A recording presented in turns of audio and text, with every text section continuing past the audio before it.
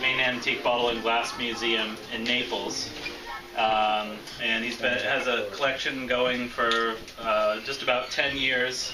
And in addition to going out in the woods and hunting, he also is a certified scuba diver and dives in water for bottles. And he's the author of a couple books, one on bottle digging, and he has copies of his books here today. And a nice pretty girl to hold these and go like this. And in addition to bringing some things from his own collection, he also came across a big collection that he picked up yesterday and happened to have them in his car, so he brought some of those pieces as well. But anyway, he's going to speak, and then we'll have a little Q&A at the end. Walt Bannon. Thank you. I'll start out saying it's an honor to be asked to talk to collectors. This is what I do, and I'm realizing it's more than just a hobby. It's a passion, or as my wife would say, it's an obsession. And when she finally saw that my shelves were getting so full that I was moving everything else out of the house, she said, "All right, it's either you or the bottles have to go." I mean, one of the so. You miss her? Well, you know, it's kind of funny, but she's in Connecticut right now. And yesterday I called her and I said, "Well, I'm on my way to visit this 86-year-old gentleman. He's been collecting for years and he's ready to get out of it. And before he won't know what to do with his collection." So she said, "Oh, you know," she's kind of worried that I was going to spend some money. And I'm thinking, all right, I have a 401 that I can get into if I have to. That's my thought, because this is what I do, you know, and when the opportunity comes, I've got to jump on it. So I did. I spent about 4 hours, 2 hours talking, drinking coffee, and eating donuts first, and then the other 2 hours going into his basement. We never touched the bottles that I came to buy or look at because they were all in his beautiful glass shelves. We went in the basement where he had boxes all closed, just, I mean, probably 25 boxes. And I was able to put 12 of those into my car, a little small car, packed as full as I could get it, that I'm going to sell for him. And then these were ones I just said he had about 10 little boxes, and I made him an offer for all of them. So I figured I'd bring those in case anyone's interested in glass. There's interesting pieces, there's nice pieces. I'll give you a good deal on it. This one I think I might put in the museum because it matches almost perfectly an ink that I found in the Saco River 2 years ago diving. And a friend of mine from Connecticut came to the museum and saw it, and he just had to have it. So I sold it to him for really cheap, and I didn't want to, but I did. So this matches that. So I offered the gentleman, this came out of his shelves upstairs. So I might set that aside. But this is what they call a master ink. It's made about 1880. Little dimple in the bottom. Some people call that a pontil or an improved pontil. It's got beautiful bubbles, got a 3-piece mold, and a little pouring spout. And when I was diving in the Saco, I had to get certified to take my hobby to the next level. Get certified to dive to find the bottles that I couldn't get on the land anymore. We started coming out with a few nice pieces. Nothing fantastic yet, but you know, the piece I found that matched this was really, you know, it's a nice, probably $60 bottle. But this one's perfect. So let me start by saying that getting into this hobby, I don't know how long you want me to talk. 10 minutes, half hour, 40 minutes? All right. All right. Shut me off. Getting into this, I was a little boy and I saw a collection in Mystic, Connecticut from an old gentleman. And once I saw his collection of old bottles on the shelves and he told me I could find that same stuff if I went out digging, I kind of got hooked on this. And I did the digging for a little while, found a couple bottles. One lady gave me a bottle that was really nice. It was all hand-blown, free-blown. And I said, I don't know what this is worth. So I gave it to a gentleman through somebody else that was one of the biggest, and I didn't know about this. He was the collector, if not New England, probably nationally, in New London, Connecticut.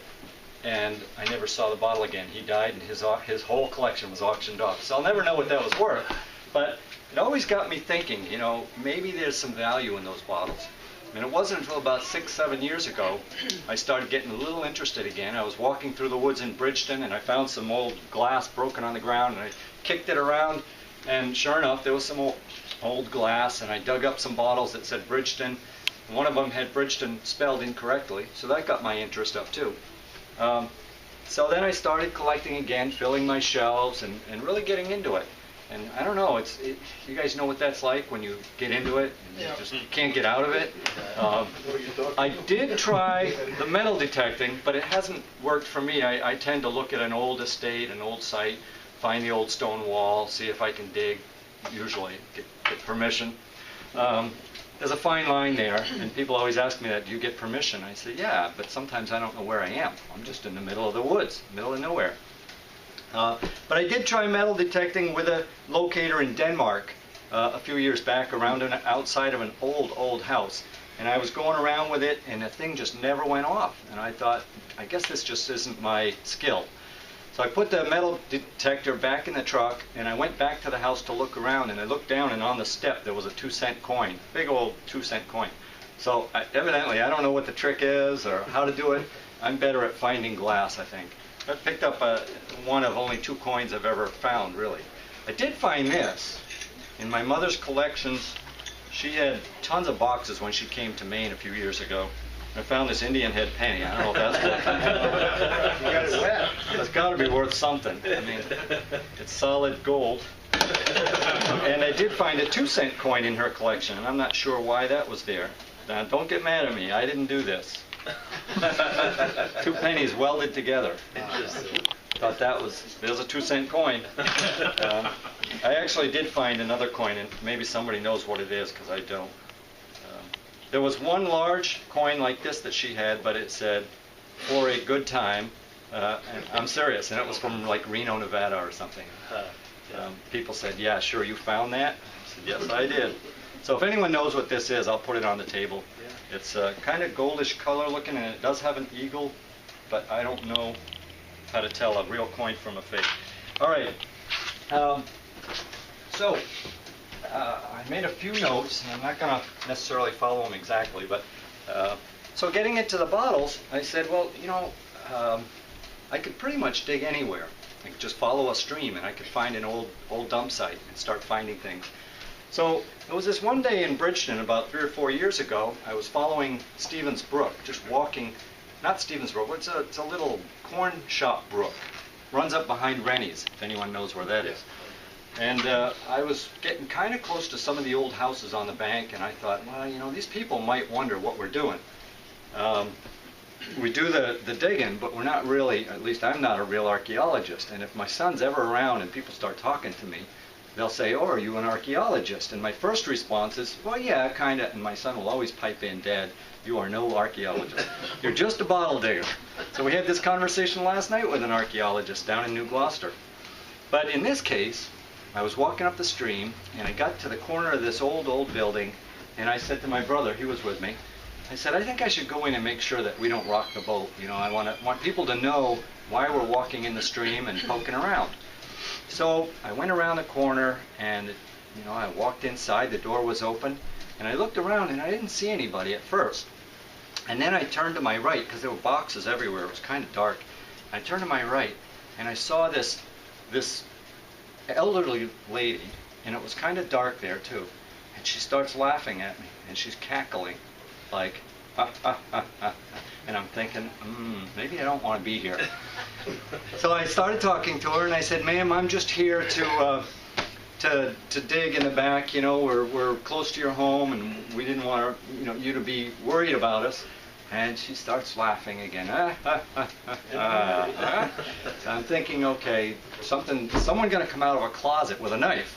It was very strange. So again, I'm saying, "So I'm sorry, ma'am, and you know, my brother and I are digging," and she starts waving to me like, "Just go." And she's laughing again. And then I said, something is very strange, something wrong with this picture. And so I took a good look at her. I'm like, I'm going to figure this out. I got my boldness ready, and I took a good look at her like that, and I realized she's sitting on a privy inside this old house. She's using the restroom. Well, I mean, it wasn't a restroom, it was an antique privy. Indoor. And so that's why she's just laughing at me. She loved me, probably loved the conversation. You know, I'm talking to this lady while she's using the restroom. And she's going, finally she says, yeah, do whatever you want, see you later. And as I leave, Chris is trying to get in the door because he knows I'm inside and there must be something good in here. So I was like, no, you don't want to come in here, really. So we left, and I could still hear her laughing in the background as I'm walking away, thinking that was the most embarrassing thing I've ever had happen as a bottle digger, to walk in on somebody. Anyhow,